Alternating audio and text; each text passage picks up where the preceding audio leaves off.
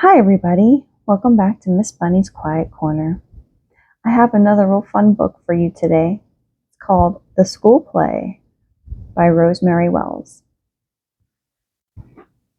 The School Play by Rosemary Wells and illustrated by Jody Wheeler.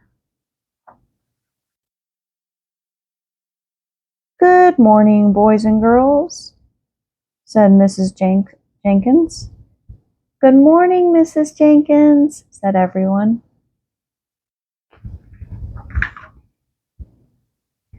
Everyone held hands in a circle and sang the Good Morning song.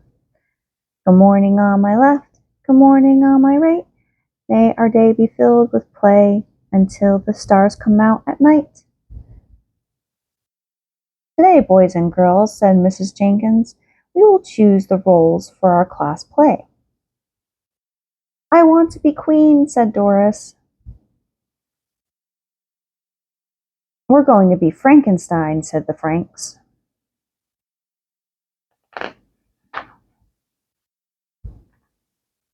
There is no queen and no Frankenstein in this play, said Mrs. Jenkins. Our play is about keeping our teeth strong and clean. Now, who wants to play the part of the dentist? Claude raised his hand and said, me. Timothy got to be the toothbrush. Doris was the dental floss. Nora was the toothpaste. Grace was the bottle of mouthwash. One Frank was a caramel clump chocolate bar, and the other Frank was a wisdom tooth, and Yoko was a cavity. Everyone went home learning the lines for the play. Everyone went home happy, except Yoko.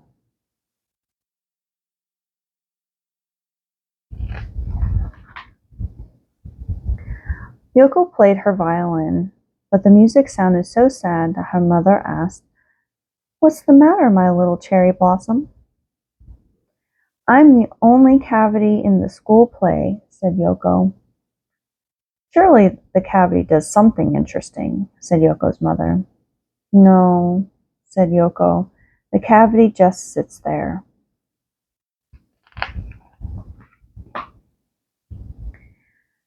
Then the caramel clump chocolate bar gets on top and says, I'm stuck here forever. After that, the dentist puts a filling in me. Well, it makes you the best cavity. I will make you the best cavity costume anyone has ever seen, said Yoko's mother. At play practice, the class chairs are set in a half circle. They look like a mouthful of teeth, said Timothy.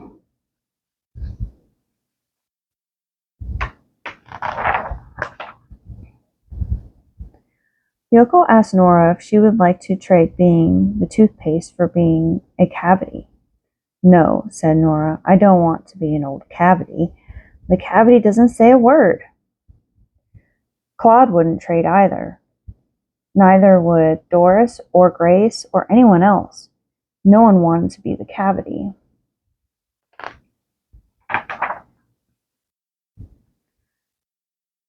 Come, Yoko, said Mrs. Jenkins. Time to sit in your chair.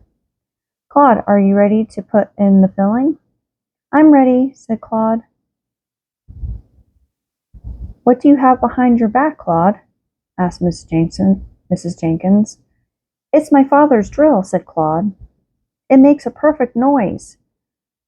You can't use tools in the play, Claude, said Mrs. Jenkins. I'm sure you can make some excellent drill noises by yourself.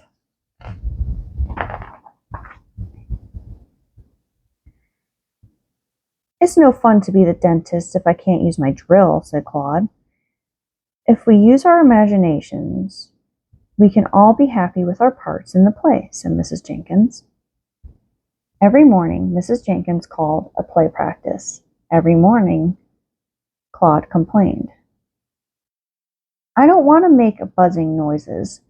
I want to use my father's drill, said Claude.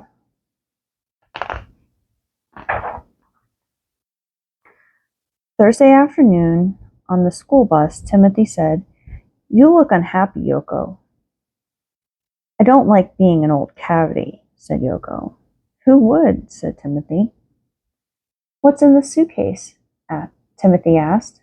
"My violin," said Yoko. "Can I see it?" Timothy asked. Yoko showed him. "Can I try it?" Yoko let him.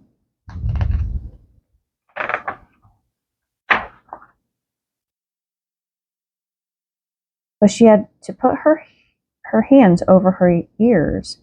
"Stop that noise," said everyone on the bus. "You know what?" asked Timothy. "What?" said Yoko. "The violin sounds just like a dentist's drill." Timothy plucked the strings. "I love it. I want to do it again," he said. "I have an idea," said Yoko. Yoko and her mother made her cavity costume.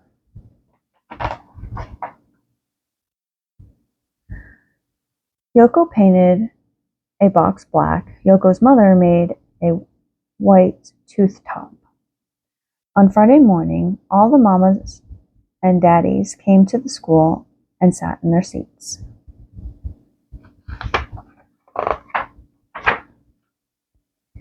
The curtain opened. The play began. Timothy came out holding his toothbrush. He dipped it into Nora's toothpaste and brushed every tooth up and down. Doris flossed between the teeth with a string. Grace sprayed blue mouthwash into the air. Then Frank, the caramel clump bar, came on. He sat right on top of Yoko's tooth box. "I'm stuck here forever," said Frank. The lights went out. The spotlight went on. The dentist came in.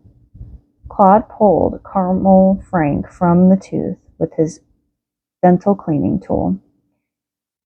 "This candy bar has made a terrible hole in the tooth. Now I must drill it and fill it," said Claude. "Buzz, buzz." Suddenly, from inside the cavity box came the most awful drilling noises.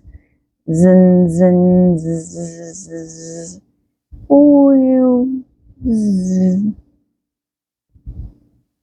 Claude did not know what had happened. The lights went on. All the mamas and daddies clapped and cheered. They asked for the drill again and one more time. Everyone took a bow, and Yoko came out fiddling.